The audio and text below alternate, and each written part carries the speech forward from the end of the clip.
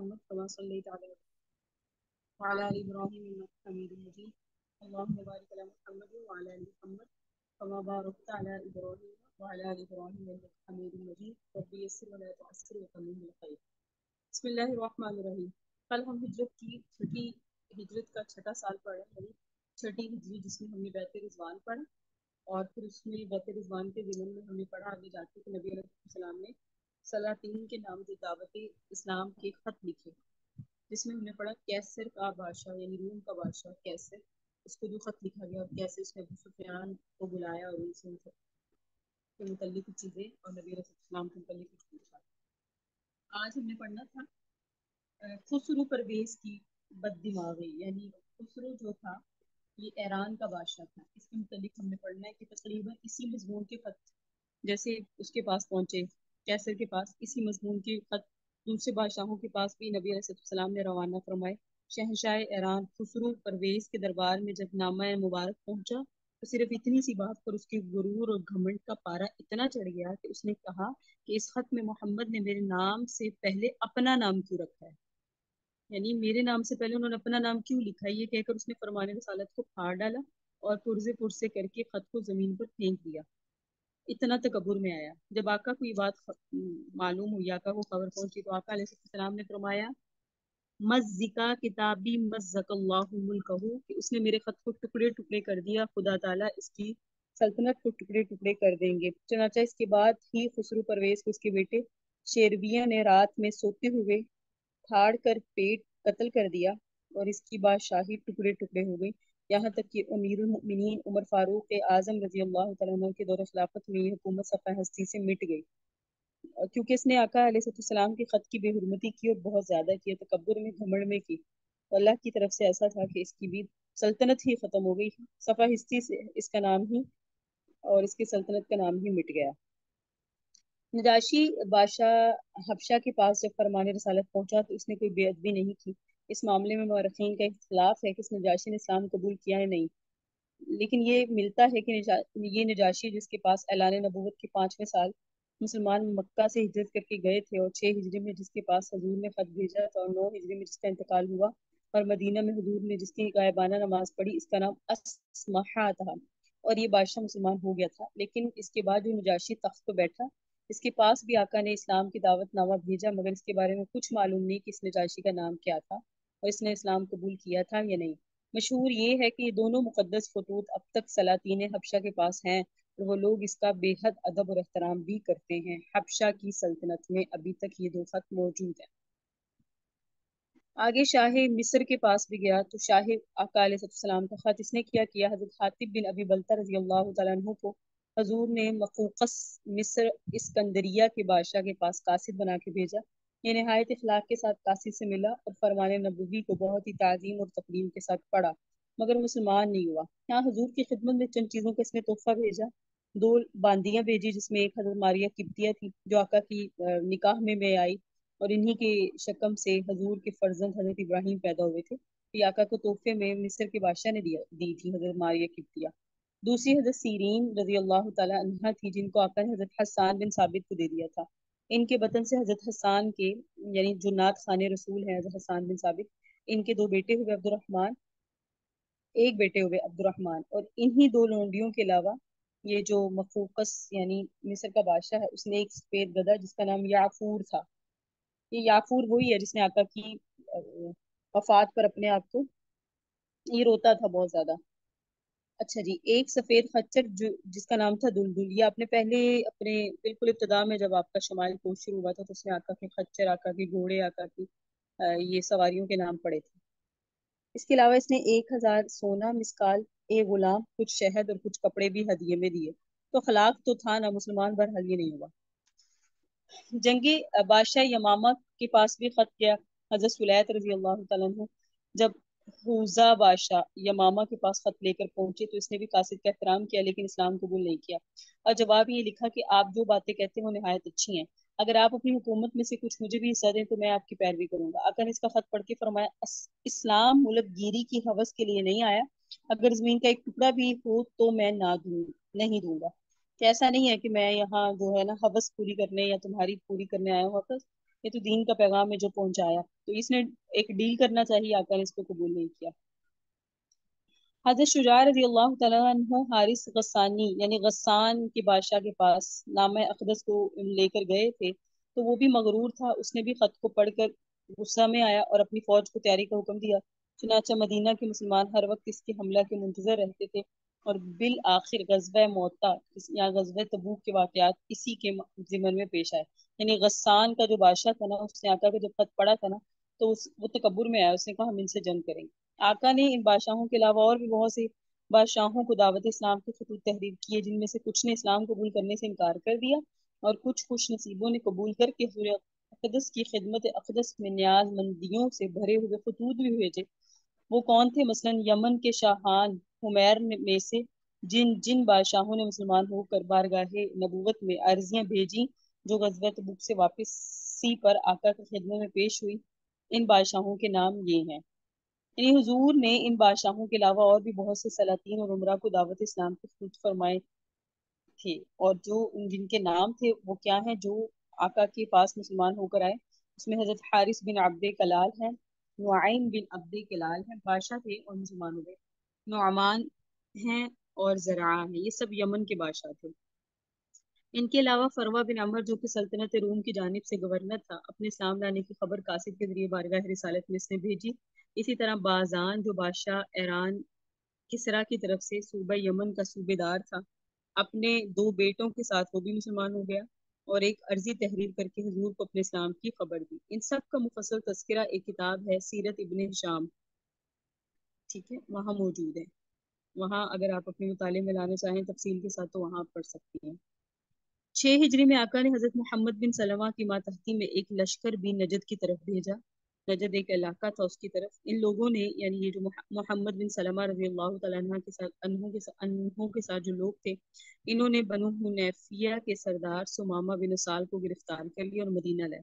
جب لوگوں نے ان کو بارگاہ رسالت میں پیش کیا تو آقا نے حکم دیا اس کو مسجد نبوی کے ایک ستون میں باندھ دیا جائے۔ کسے؟ بنو حنیفہ ایک فیملی تھی، ایک قبیلہ تھا، اس کے سردار تھا سمامہ بن سال۔ اس کو گرفتار کیا محمد بن مسلمہ رضی اللہ تعالیٰ عنہ اور ان کے ساتھیوں نے۔ جب یہ گرفتار ہو کر لایا گیا تو آقا نے حکم دیا اسے مسجد نبوی کے ستون کے ساتھ باندھ دیا جائے۔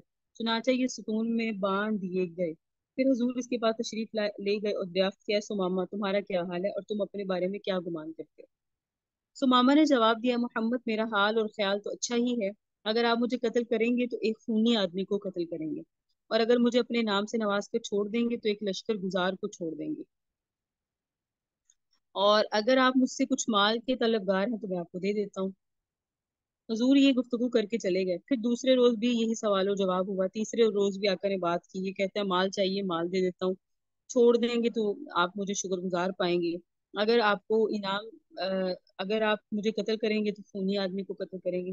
تینوں دن یہ بات ہوتی رہی۔ اس کے بعد آقا نے صحابہ سے فرمایا سمامہ کو چھوڑ دو، چنانچہ لوگوں نے سمامہ بن اسال کو چھوڑ دیا۔ سمامہ مسجد سے نکل کے ایک کھجور کے باغ میں چلے گئے جو مسجد نبوی کے بالکل ہی قریب تھی، وہاں انہوں نے غسل کیا، پھر مسجد نبوی میں واپس آئے، کلمہ شہادت پڑھ کے مسلمان ہو گئے اور کہنے لگے خدا کی قسم مجھے جس قدر آپ کے چہرے سے نفرت تھی اتنی روئے زمین پر کسی کے چہرے سے نہیں تھی، مگر آج آپ کے چہرے سے مجھے اس قدر محبت ہے کہ اتنی محبت کسی کے چہرے سے نہیں ہے۔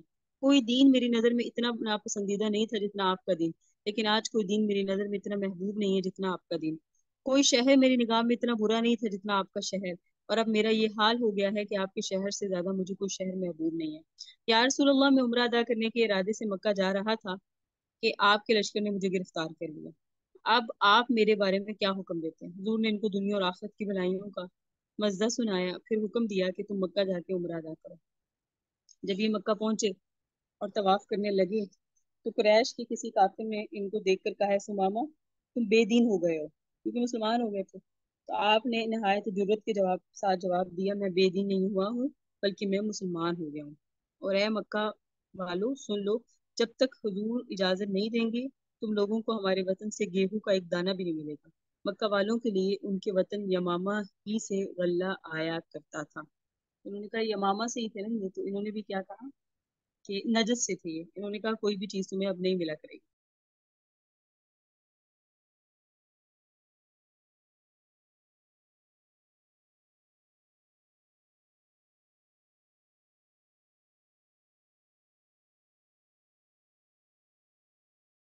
6 ہجری کا واقعہ آگے 6 ہجری کے واقعات میں یہ بڑا اہم ہے ابو رافع یہودی کا قتل۔ ابو رافع یہودی کا نام ہے عبداللہ بن ابو الحقیق۔ یہ بہت ہی دولت مند تاجر تھا لیکن اسلام کا زبردست دشمن اور بارگاہ نبوت کی شان میں نہایت ہی بدترین گستاخ اور بے ادب تھا۔ یہ وہی شخص ہے جو حیی بن اخطب یہودی کے ساتھ مکہ گیا، ان کو کفار قریش اور دوسرے قبائل کو دوست دلا کر غزوہ خندق میں مدینہ پر حملہ کے لیے 10,000 کی فوج لے کر آیا تھا۔ یہ آپ نے پڑھا ہے۔ ابو سفیان کو ابھار کر اس نے اس فوج کا سپہ سالار بنایا تھا۔ حیی بن اخطب تو جنگ خندق کے بعد غزوہ بنو قریظہ میں مارا گیا مگر یہ بچ گیا تھا۔ کون؟ عبداللہ بن ابی حقیق۔ حضور کے اظہار ثانی اور اسلام کی بیعت کرنی میں تن من دھن سے لگا ہوا تھا۔ انصار کے دونوں قبیلوں اوس اور خزرج میں ہمیشہ مقابلہ رہتا تھا اور یہ دونوں اکثر حضور کے سامنے نیکیوں میں ایک دوسرے سے بڑھ جانے کی کوشش کرتے تھے۔ چونکہ قبیلہ اوس کے لوگ حضرت محمد بن مسلمہ رضی اللہ تعالیٰ عنہ نے 3 ہجری میں بڑے خطرے میں پڑھ کر ایک دشمن رسول کعب بن اشرف یہودی کو قتل کیا تھا۔ یعنی قبیلہ اوس جو ہے نا، انصار کا قبیلہ، اس میں تھے حضرت محمد بن مسلمہ، انہوں نے یہ کعب بن اشرف یہودی کو قتل کیا تھا نا، اس لیے قبیلہ خزرج کے لوگوں نے مشورہ کیا کہ اب رسول کا سب سے بڑا دشمن ابو رافع ہے، لہٰذا ہم لوگوں کو چاہیے، یعنی عبداللہ بن ابی حقیق، اس کی کنیت ابو رافع تھی، ہمیں چاہیے کہ اس کو قتل کر ڈالیں تاکہ ہم لوگ بھی قبیلہ اوس کی طرح ایک دوسرے سے نیکیوں میں بڑھ جائیں اور آقا کے دشمن کو قتل کر کے اجر و ثواب میں اوس کی طرح ہو جائے۔ چنانچہ حضرت عبداللہ بن عتیق، عبداللہ بن انیس، ابو قتادہ، حارث بن ربیع، مسعود بن سنان، خزائی بن اسود رضی اللہ تعالیٰ عنہ ان کی اس معاملے کے لیے تیار ہو گئے اور ان لوگوں کی درخواست پر حضور نے اجازت بھی دے دی اور حضرت عبداللہ بن عتیق کو اس جماعت کا امیر مقرر کیا۔ وہ ان لوگوں کو منع کر دیا کہ بچوں اور عورتوں کو قتل نہیں کرنا۔ اب یہ قتل کرنے جا رہے ہیں کس کو؟ عبداللہ بن ابی حقیق کو، ابو رافع یہودی کو۔ حضرت عبداللہ بن عتیق رضی اللہ تعالیٰ عنہ ابو رافع کے محل کے پاس پہنچے اور اپنے ساتھیوں کو حکم دیا کہ تم لوگ یہاں بیٹھ کر میری آمد کا انتظار کرتے رہو، اور خود بہت ہی خفیہ تدبیروں سے رات میں ابو رافع کے محل کے اندر داخل ہوئے اور اس کے بستر پر پہنچ کر اندھیرے میں اس کو قتل کر دیا۔ جب محل سے نکلنے لگے تو سیڑھی سے گر پڑے جس سے ان کے پاؤں کی ہڈی ٹوٹ گئی، مگر انہوں نے فوراً ہی اپنی پگڑی سے اپنے ٹوٹے ہوئے پاؤں کو باندھ دیا اور کسی طرح محل سے باہر آ گیا۔ پھر اپنے ساتھیوں کی مدد سے مدینہ پہنچے۔ جب دربار رسالت میں حاضر ہوئے، ابو رافع کے قتل کا سارا معجزہ بیان کیا تو حضور نے فرمایا پاؤں پھیلاؤ۔ انہوں نے پاؤں پھیلایا، حضور نے اپنا مبارک ہاتھ ان کے پاؤں پہ پھیرا، فوراً ہی ٹوٹی ہوئی ہڈی جڑ گئی اور ان کا پاؤں بالکل صحیح سالم ہے۔ 6 ہجری میں صلح حدیبیہ سے قبل چھوٹے چھوٹے لشکروں کو حضور نے مختلف اطراف میں روانہ فرمایا تھا تاکہ وہ کفار کے حملوں کی مدافعت کرتے رہیں۔ ان لڑائیوں کا مفصل تذکرہ بھی ایک کتاب ہے، زرقانی علی المواہب یا مدارج النبوہ، آپ اس میں دیکھ سکتے ہیں، مگر ان لڑائیوں کی ترتیب اور ان کی تاریخوں میں مورخین کا تاریخ بیان کرنے والوں کا کچھ اختلاف ہے، اس لیے ٹھیک طور پہ ان کی تاریخوں کی تعین بہت مشکل ہے۔ تو بہرحال یہ 6 ہجری کے اہم واقعات تھے، صلح حدیبیہ اور اس کے بعد خطوط جو بادشاہوں کو لکھے گئے، پھر ابو رافع کا قتل اور سریہ نجد۔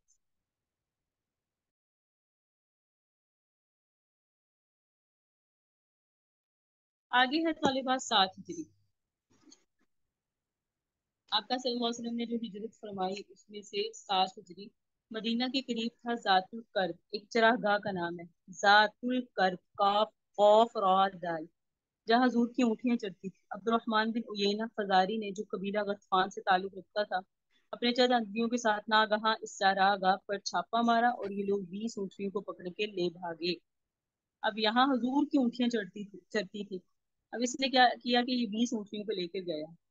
مشہور تیز انداز حضرت سلمہ بن اکوا کو سب سے پہلے اس کی خبر معلوم ہوئی، انہوں نے اس خطرے کا اعلان کرنے کے لیے بلند آواز سے نعرہ مارا کہ یا صباحا، پھر اکیلے ہی ان ڈاکوؤں کے تعاقب میں دوڑ پڑے اور ان ڈاکوؤں کو تیر مار مار کے تمام اونٹیوں کو بھی چھین لیا اور ڈاکو بھاگتے ہوئے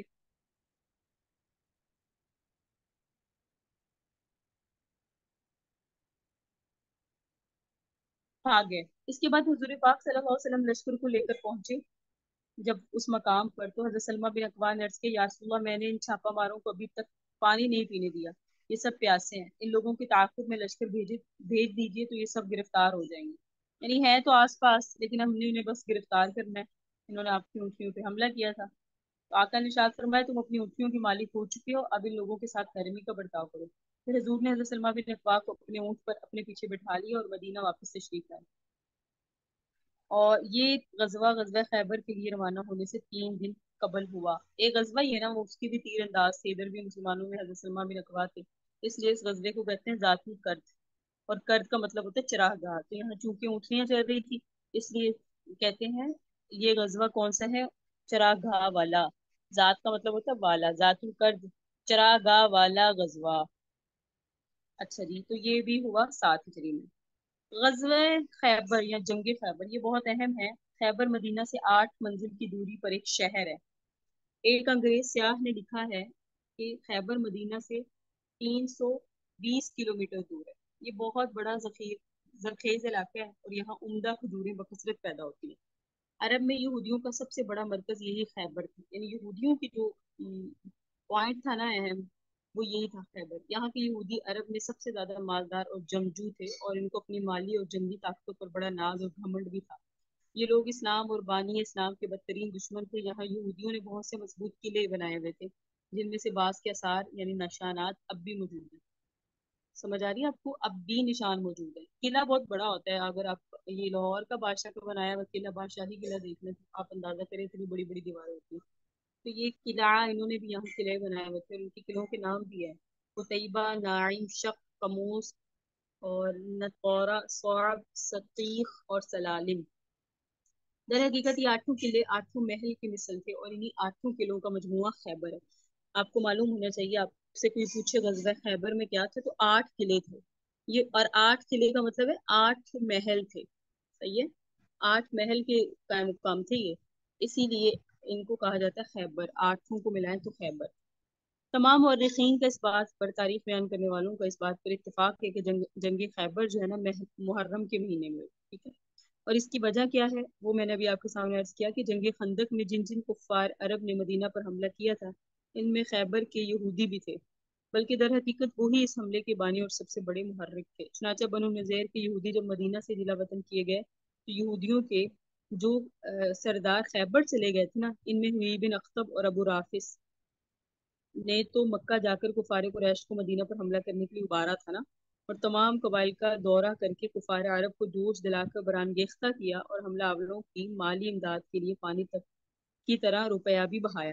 خیبر کے تمام یہودیوں کو ساتھ لے کر یہودیوں کے یہ دونوں سردار یعنی خویی بن اخطب اور ابو رافع حملہ کرنے والوں میں شامل تھے. خویی بن اخطب تو جنگ قریظہ میں قتل ہو گیا. ابو رافع کو حضرت عبداللہ بن عتیق انصاری نے اس کے محل میں داخل ہو کے قتل کر دیا. لیکن ان سب واقعات کے بعد بھی خیبر کی یہودی بیٹھ نہیں رہے تھے، بلکہ اور زیادہ انتقام کی آگ ان کے سینوں میں بڑک رہی تھی. چنانچہ یہ لوگ مدینہ پر پھر ایک دوسرا حملہ کرنے کے لیے تیاری کرنے لگے. مدینہ پر نا ایک دوسرا حملہ کرتے ہیں اور اس مقصد کے لیے قبیلہ غطفان کو بھی انہوں نے ساتھ ملایا. قبیلہ غطفان عرب کا ایک بہت ہی طاقتور اور جنگجو قبیلہ تھا اور اس کی آبادی خیبر سے بالکل ہی ساتھ تھی. یعنی خیبر کے علاقے کے ساتھ ہی متصل یہ تھا قبیلہ. اور خیبر کے یہودی خود بھی عرب کے سب سے بڑے سرمایہ دار ہونے کے ساتھ بہت ہی جنگ باز اور تلوار کی دھنی تھے. ان دونوں کے جوڑ بھی تھا اور یہ ایک بڑی طاقتور فوج تیار ہو رہی تھی. خیبر کے یہودی بھی مل رہے ہیں اور غطفان عرب کے کفار بھی. ان دونوں نے لوگوں نے اور انہوں نے مل کر مدینہ پر حملہ کر کے مسلمانوں کو تہس نہس کر دینے کا پورا پلان کر لیا. ٹھیک ہے جی، مشورہ کر لیا. جب حضور کو خبر ملی کہ خیبر کے یہودی قبیلہ غطفان کو ساتھ لے کر مدینہ پر حملہ کرنے والے ہیں تو ان کی اس چڑھائی کو روکنے کے لیے 1600 صحابہ کا لشکر ساتھ لے کر آپ خیبر روانہ ہوئے. کتنا لشکر؟ 1600. مدینہ پر حضرت سباع بن فتویٰ کو آفیسر مقرر فرمایا اور 3 جھنڈے تیار کرائے. پیچھے چھوڑ دیا مدینہ میں کس کو چھوڑا؟ حضرت سباع کو. 3 جھنڈے تیار کرائے. ایک جھنڈا حضرت حباب بن منذر کو دیا اور ایک جھنڈے کا علمدار حضرت سعد بن عبادہ کو بنایا اور خاص علم نبوی حضرت علی کے ہاتھوں میں آیا. علم جھنڈا ایک حضرت علی کے، ایک حضرت حباب بن منذر کے اور ایک حضرت سعد بن عبادہ کے. ازواج مطہرات میں حضرت بی بی ام سلمہ کو ساتھ لیا. حضور رات کے وقت حدود خیبر میں اپنی فوج کے ساتھ پہنچے اور نماز فجر کے بعد شہر میں داخل ہوئے تو خیبر کے یہودی اپنے اپنے کھیتوں اور باغوں میں کام کاج کے لیے قلعے سے نکلے. جب انہوں نے حضور کو دیکھا تو شور مچانے لگے اور چلا کے کہنے لگے خدا کی قسم لشکر کے ساتھ محمد ہیں. اس وقت حضور نے فرمایا خیبر برباد ہو گیا. بلا شبہ ہم جب کسی قوم کے میدان میں اتر پڑتے ہیں تو کفار کی صبح بری ہوتی ہے. حضرت ابو موسیٰ اشعری کہتے ہیں جب حضور خیبر کی طرف متوجہ ہوئے تو صحابہ کرام بہت ہی بلند آوازوں سے نعرہ تکبیر لگانے لگے. تو آپ نے فرمایا اپنے اوپر نرمی برتو. تم لوگ کسی بہرے اور غائب کو نہیں پکار رہے بلکہ اس اللہ کو پکار رہے ہو جو سننے والا ہے اور قریب ہے.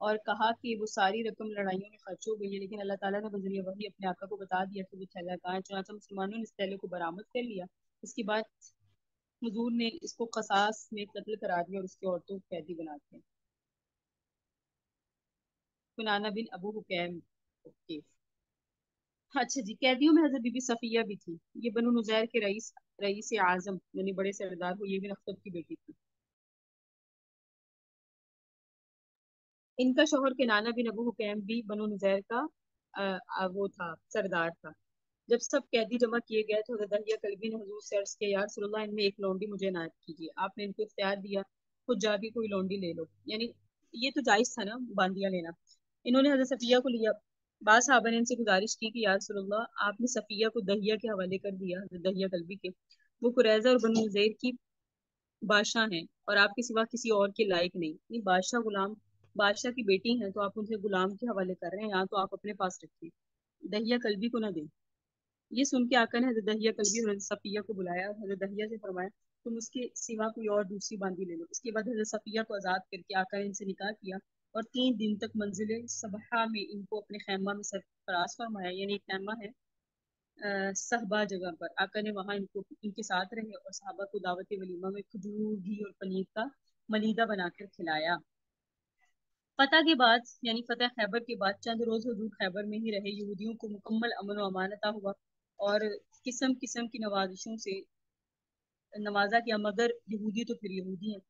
ان بدباطن قوم کی فطرت میں اس قدر خباثت بھری ہوئی تھی کہ سلام بن مشکم یہودی کی بیوی زینب نے حضور کی دعوت کی اور گوشت میں زہر ملا دیا۔ خدا کے حکم سے گوشت کی بوٹی نے حضور کو زہر کی خبر دی۔ آقا کے ہاتھ میں نوالا بول اٹھا کہ میرے میں زہر ملایا گیا اور آپ نے اس ایک ہی لقمہ کھا کر ہاتھ کھینچ لیا۔ لیکن ایک صحابی آقا کے ساتھ تھے جن کا نام تھا بشر بن برا، انہوں نے پیٹ بھر کے کھایا اور زہر کے اثر سے ان کی شہادت ہوئی۔ حضور کو بھی اس زہریلے لقمے سے عمر بھر تکلیف رہی۔ آپ نے جب یہودیوں سے اس کے بارے میں پوچھا تو ان ظالموں نے اپنے جرم کو اقرار کر لیا اور کہا، ہم نے اس نیت سے آپ کو زہر کھلایا کہ اگر آپ سچے نبی ہیں تو آپ پر اس زہر کا کوئی اثر نہیں ہوگا، ورنہ ہم اگر آپ نبی نہیں ہیں تو ہمیں آپ سے نجات مل جائے گی۔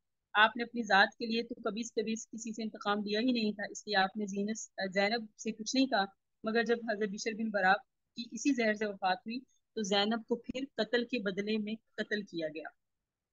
حضور فتح خیبر سے جب فارغ ہوئے، مہاجرین حبشہ میں سے جعفر جو حضرت علی کے بھائی تھے مکہ سے ہجرت کر کے حبشہ چلے گئے اور وہ اپنے ساتھیوں کے ساتھ حبشہ سے آ گئے۔ حضور نے پرتے محبت سے ان کی پیشانی چوم لی اور ارشاد فرمایا کہ میں کچھ کہہ نہیں سکتا کہ مجھے خیبر کی فتح سے زیادہ خوشی ہو رہی ہے یا جعفر آپ کے حبشہ سے آنے کی۔ سبحان اللہ۔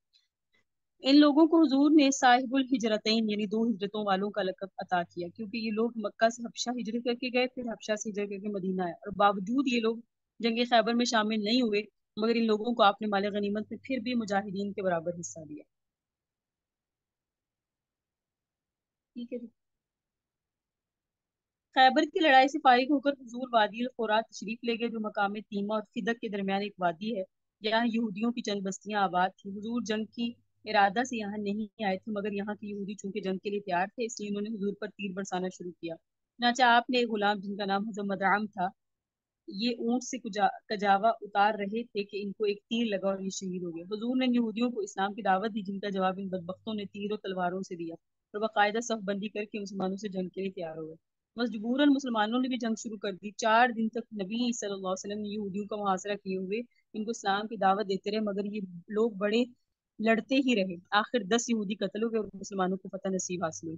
اس کے بعد اہل خیبر کی شرطوں پر ان لوگوں نے بھی صلح کر لی اور مقامی پیداوار کا آدھا حصہ مدینہ بھیجتے رہے۔ یہ خیبر اور وادی قرا کے یہودیوں کا حال معلوم ہو گیا تو تیمہ کے یہودیوں نے بھی جزیہ دے کر ٹیکس دے کر حضور سے صلح کر دی۔ تو وادی قرا کی میں آقا نے پھر 4 دن قیام کیا۔ وادی قرا کی جنگ اسے کہتے ہیں۔ جب فدق کے یہودیوں کو خیبر اور وادی قرا کے معاملے کی اطلاع ملی تو ان لوگوں نے کوئی جنگ نہیں کی، بلکہ دربار نبوت میں قاصد بھیج کر یہ درخواست کی کہ خیبر اور وادی قرا والوں میں سے جن شرطوں پر آپ نے صلح کی، اسی طرح کے معاملے سے ہم سے بھی صلح کر لیں۔ رسول اللہ نے ان کی دعوت منظور کی اور ان سے صلح کر لی، لیکن یہاں چونکہ کوئی فوج نہیں بھیجی گئی، اس لیے اس بستی میں مجاہدین کو کوئی حصہ نہیں ملا، بلکہ یہ خاص حضور کی ملکیت قرار کی۔ یہ فدق کا مال جو ہے نا، جنہوں نے خود ہی صلح کا پیغام مل جا، یہ آقا کے پاس آ گیا، اور خیبر وادی قرا کی زمینیں تمام مجاہدین کی ملکیت ٹھہری، لیکن فدق کی ملکیت فدق نہیں ملا مجاہدین کو۔ اچھا جی، چونکہ حدیبیہ کے صلح نامے میں ایک دفعہ یہ بھی تھی، آپ نے حدیبیہ کا صلح نامہ پڑھا کل، اس میں ایک شک یہ بھی تھے نا کہ آئندہ سال مسلمان مکہ آ کر عمرہ ادا کریں گے اور 3 دن تک ٹھہریں گے۔ اس سٹیٹمنٹ کے مطابق ماہ ذی قعدہ 7 ہجری میں آقا نے عمرہ ادا کرنے کے لیے مکہ روانہ ہونے کا ارادہ کیا اور اعلان کر دیا کہ جو لوگ گزشتہ سال حدیبیہ میں شریک تھے وہ سب میرے ساتھ اب چلیں۔ چنانچہ بجز ان لوگوں کے جو جنگ خیبر میں شہید ہوئے باقی سب گئے۔ حضور کو چونکہ کفار مکہ پر بھروسہ نہیں تھا کہ وہ اپنے عہد کو پورا کریں گے، اس لیے آپ جنگ کی پوری تیاری کر کے روانہ ہوئے۔ بوقت روانگی حضرت ابو رحم غفاری کو آپ نے مدینہ پر حاکم بنایا اور 2000 مسلمانوں کے ساتھ، جن میں 100 گھوڑے پر سوار تھے، آپ مکہ کے لیے روانہ ہوئے۔ 60 اونٹ قربانی کے لیے ساتھ تھے۔ جب کفار مکہ کو خبر پہنچی کہ حضور ہتھیاروں اور سوار جنگ کے ساتھ مکہ آ رہے ہیں تو وہ اور گھبرائے اور انہوں نے چند آدمی کو صورتحال کی تحقیقات کے لیے ایک جگہ پہ بھیجا جس کا نام ہے مر زہران۔ حضرت محمد بن مسلمہ رضی اللہ تعالیٰ عنہ جو سواروں کے آفیسر تھے، قریش کے قاصدوں نے ان سے ملاقات کی۔ انہوں نے اطمینان دلایا کہ نبی صلح نامہ کی شرط کے مطابق غیر ہتھیار کے مکہ میں داخل ہوں گے۔ یہ سن کے کفار قریش مطمئن ہو گئے۔ چنانچہ حضور جب مقام یا ایک جگہ پر پہنچے تو جو مکہ سے 8 میل دور جگہ تھی، تو تمام ہتھیاروں کی اس جگہ رکھ دیا اور حضرت بشیر بن سعد کی ماتحتی میں چند صحابہ کرام کے ہتھیاروں کی حفاظت کے لیے متعین کیا اور آپ اپنے ساتھ ایک تلوار کے سوا کوئی ہتھیار نہیں رکھا حضور نے، اور صحابہ کرام کے مجمع کے ساتھ لبیک پڑھتے ہوئے حرم کی طرف بڑھے۔ جب مکہ میں داخل ہوئے تو دربار نبوت کی شاعر حضرت عبداللہ بن رواح اونٹ کی مہار تھامے ہوئے آگے آگے یہ شعر پڑھے تھے، بلند آواز سے پڑھے، اے کافروں کے بیٹو سامنے سے ہٹ جاؤ، آج جو تم نے اترنے سے روکا تو ہم تلوار چلائیں گے، ہم تلوار کا ایسا وار کریں گے جو سر کو اس کی خوابگاہ سے الگ کر دے گا اور دوست کی یاد اس کے دوست کے دل سے بھلا دے گا۔ حضرت عمر نے ٹوکا اور کہا، عبداللہ بن رواحہ، رسول کے آگے آگے اور اللہ کے حرم میں تم اشعار پڑھ رہے ہو؟ تو حضور نے فرمایا، عمر ان کو چھوڑ دیں، یہ اشعار کفار کے حق میں تیروں سے بڑھ کر ہیں۔ حضور خاص حرم کعبہ میں داخل ہوئے تو کچھ کفار قریش مارے جلن کے اس منظر کی تاب نہ لا سکے اور پہاڑوں پر چلے گئے، مگر کچھ کفار کمیٹی گھر جسے دارالندوہ کہتے ہیں اس کے پاس کھڑے آنکھیں پھاڑ پھاڑ کر توحید اور رسالت سے مست ہونے والے مسلمانوں کے طواف کا نظارہ کر رہے تھے اور آپس میں کہہ رہے تھے کہ مسلمان بھلا کیا طواف کریں گے، ان کو تو بھوک اور مدینہ کے بخار نے کچل کر رکھ دیا۔ تو حضور نے مسجد حرام میں پہنچ کر اضطباع کر لیا، یعنی چادر کو اس طرح اوڑھ لیا کہ آپ کا داہنا شانہ اور بازو کھل گیا۔ آپ نے فرمایا، خدا اس پر اپنی رحمت نازل فرمائے جو ان کفار کے سامنے اپنی قوت کا اظہار کرے۔ پھر آپ نے اپنے اصحاب کے ساتھ شروع کے 3 پھیروں میں شانوں کو ہلا ہلا کر خوب اکڑتے ہوئے چل کر طواف کیا۔ اس کو عربی زبان میں کہتے ہیں رمل۔ چنانچہ یہ سنت آج تک باقی اور قیامت تک باقی رہے گی کہ ہر طواف کعبہ کرنے والا شروع کے طواف کے 3 پھیروں میں رمل کرے گا۔ ٹھیک ہے جی۔ 3 دن کے بعد کفار مکہ کے چند سردار حضرت علی کے پاس اور کہا کہ شرط پوری ہو چکی، اب آپ لوگ مکہ سے نکل جائیں۔ حضرت علی نے بارگاہ نبوت میں کفار کا پیغام سنایا تو آپ نے اسی وقت مکہ سے روانہ ہونے کا فیصلہ کیا۔ چلتے وقت حضرت حمزہ کی ایک چھوٹی صاحبزادی جن کا نام امامہ تھا حضور کو چچا چچا کہتی ہوئی دوڑی آئی۔ حضور کے چچا حضرت حمزہ جنگ احد میں شہید ہو چکے تھے اور ان کی یتیم چھوٹی بچی مکہ میں رہ گئی۔ جس وقت یہ بچی آپ کو پکارتی ہوئی دوڑی تو حضور کو اپنے شہید چچا جان کی یاد آ گئی اور پیار آ گیا۔ اس بچی کو آپ نے بھائی جان کہنے کے بجائے چچا جان، یہ جو آقا کو چچا جان کہہ رہی ہے نا، اس رشتے سے کہہ رہی ہے کہ آپ حضرت حمزہ کے رضائی بھائی ہیں، ٹھیک ہے، کیونکہ آپ نے اور حضرت حمزہ نے حضرت سویبہ کا دودھ پیا ہے۔ جب یہ صاحبزادی قریب آئی تو حضرت علی نے آگے بڑھ کر ان کو اپنی گود میں اٹھایا، لیکن اب ان کی پرورش کے 3 دعوے دار کھڑے ہو گئے۔ حضرت علی نے کہا، یا رسول اللہ، یہ میرے چچا زاد بہن ہے اور میں نے ان کو سب سے پہلے اپنی گود میں اٹھایا، اس لیے مجھے ان کی پرورش کا حق ملنا چاہیے۔ حضرت جعفر نے کہا، یا رسول اللہ، یہ میری چچا زاد بہن ہے اور اس کی خالہ میری بیوی ہے، اس لیے اس کی پرورش کا حق مجھے ملنا چاہیے۔ حضرت زید بن حارثہ نے عرض کیا، یا رسول اللہ، یہ میرے دینی بھائی ہیں، حضرت حمزہ کی لڑکی ہے، اس لیے اس کی پرورش کا حق مجھے ملنا چاہیے۔ تینوں صاحبوں کا بیان سن کے حضور نے فیصلہ فرمایا، خالہ ماں کے برابر ہوتی ہے، لہٰذا یہ لڑکی حضرت جعفر کی پرورش میں رہے گی۔ پھر تینوں صاحبوں کی دل جوئی کرتے ہوئے رحمت دو عالم نے ارشاد فرمایا، اے علی، تم مجھ سے ہو اور میں تم سے ہوں، من کنت مولا علی مولا، ٹھیک ہے۔ حضرت جعفر سے فرمایا، اے جعفر، تم سیرت و صورت میں مجھ سے ملتے ہو، اور حضرت زید بن حارثہ سے کہا، اے زید، تم میرے بھائی ہو اور میرے آزاد کردہ غلام۔ اسی عمرۃ القضاء کے سفر میں، یعنی عمرے کی جو قضاء کی، اس سفر میں حضور نے بی بی سیدہ میمونہ سے نکاح کیا اور آپ کی چچی ام فضل زوجہ حضرت عباس کی بہن تھی حضرت میمونہ۔ عمرۃ القضاء سے واپسی میں جب آپ مقام صرف میں پہنچے تو ان کو اپنے خیمے میں رکھ کر آقا نے ان کے ساتھ شب زفاف گزارا، اور عجیب اتفاق اسی واقعے سے 44 برس کے بعد اسی مقام صرف میں حضرت بی بی میمونہ کا وصال ہوا، اور ان کی قبر شریف بھی اسی مقام میں ہے۔ تو مفصل بیان ان کا آپ لوگوں نے ازواج مطہرات میں پڑھا ہوگا۔ یہ تھے 7 ہجری کے واقعات، یہ مکمل ہوئے، اور اس کے بعد ہے ہجرت کا 8واں حصہ۔ ہجرت کا 8واں سال، 8 سال ہے، 10 سال تک ہم نے پڑھنا ہے، اور اس کے بعد ہمارا یہ مکمل ہو جائے گا۔ ھذا هو المرام اللہ عالم بحقیقت الکلام۔ پھر انشاءاللہ اس کے نوٹس آپ سے شیئر کیے جائیں گے، نوٹس کے ساتھ ساتھ اس کا پھر تمرین ہوگی تاکہ آپ کو سیرت اچھے سے یاد ہو سکے۔ تھوڑے تھوڑے کر کے نوٹس شیئر ہوں گے اور ساتھ میں تمرین ملے گی۔ اللہ تعالیٰ عمل کی توفیق عطا فرمائے اور سمجھ نصیب فرمائے۔ ھذا هو المرام اللہ عالم بحقیقت الکلام۔ صلی اللہ تعالی علی حبیب خیر خلق محمد وعلى آله وصحبه وذرياته أجمعين وبرحمتك يا أرحم الراحمين۔ ربنا تقبل منا إنك أنت السميع العليم۔